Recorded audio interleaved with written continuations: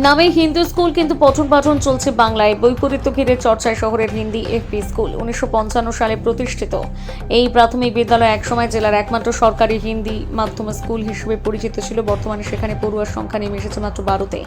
অবকাঠামোর অভাব এবং ভাষা পরিবর্তনের সিদ্ধান্তে অস্তিত্ব সংকটে প্রতিষ্ঠানটি। শহরের আন্দোলন সেতুর কাছে অবস্থিত এই স্কুলের সংলগ্ন এলাকায় বহু হিন্দুভাষী পরিবারের বসবাস। প্রতিষ্ঠানকালে 150 থেকে 200 জন পড়ুয়া ছিল, হিন্দিভাষী শিক্ষক এবং বইপত্র ছিল পর্যাপ্ত। এমনকি বাইরে থেকে শিক্ষক এসে পড়াতেন। সেই সূত্রে এলাকার নাম হয়ে ওঠে হিন্দি স্কুল পাড়া। বাম আমলের শেষ দিকে হিন্দি মাধ্যমে পঠন পাঠন বন্ধ হয়ে বাংলা মাধ্যমে শিক্ষা শুরু হয়। বর্তমানে প্রাক প্রাথমিক থেকে চতুর্থ শ্রেণী পর্যন্ত 3 জন শিক্ষক শিক্ষিকা নিয়ে কোনো মতো চলছে স্কুল। গোটা বিদ্যালয়ে রয়েছে একটা মাত্র ঘর, যা অফিস, স্টাফ রুম এবং শ্রেণীকক্ষ হিসেবেই ব্যবহৃত হচ্ছে। করোনার আগে প্রায় 25 জন পড়ুয়া থাকলেও এখন তার অর্ধেক। অধিকাংশ অভিভাবক উচ্চ মাধ্যমিক পর্যন্ত পড়ার সুযোগ থাকায় বড় স্কুলগুলোতে সন্তানদের ভর্তি করতেন। স্থানীয়দের মতে ইংরেজি মাধ্যমের প্রতি ঝোঁক বাড়ছে, ফলে 71 বছরের এই ঐতিহ্যবাহী প্রতিষ্ঠান ভবিষ্যৎ নিয়ে অনিশ্চয়তায়। প্রশ্ন উঠছে, টিকে থাকবে কিনা হিন্দি স্কুল, নাকি শুধু নামেই স্মৃতি হয়ে রয়ে যাবে তার অস্তিত্ব।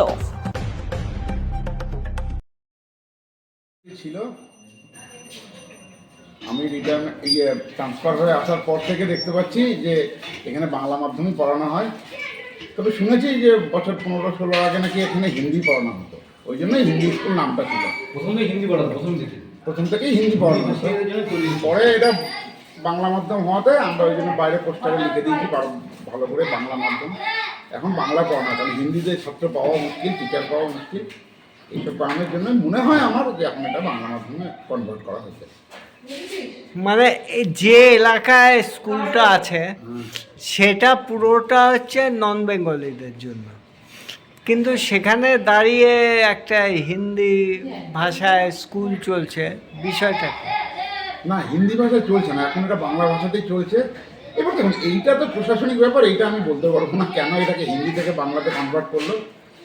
তবে আমি ট্রান্সফারে আসার পর থেকে দেখছি বাংলা মাধ্যমেই হচ্ছে, এবং শুনেছি এটা প্রথম থেকে হিন্দিতে হতো, এখন এটা বাংলা মাধ্যমে। এইখানে পড়ানো হচ্ছে, স্কুলের কাজকর্ম হচ্ছে একটা ঘরের মধ্যে। এই বিষয়টা নিয়ে কি বলবো? এই বিষয়টা নিয়ে এর আগেও বলেছি যে আমাদের তো একটাই ঘর, একটাই টিচার্স রুম, এটাই ক্লাসরুম। আর একটা পাশে ঘর আছে, ঘরটা একটু রিপেয়ারিং করতে হবে। ঊর্ধ্বতন কর্তৃপক্ষকে বলেছি, তারাও আশ্বাস দিয়েছে যে ব্যবহার, ওই পাশের ঘরটা ব্যবহারের অযোগ্য। তো সবাইকে জানিয়েছি, সবাই বলেছে দেখছি ব্যাপারটা। এখন বর্তমানে যে সাংসদ আছেন সে কি বলছেন? না, সাংসদের সঙ্গে আমাদের এখনো কথা হয়নি।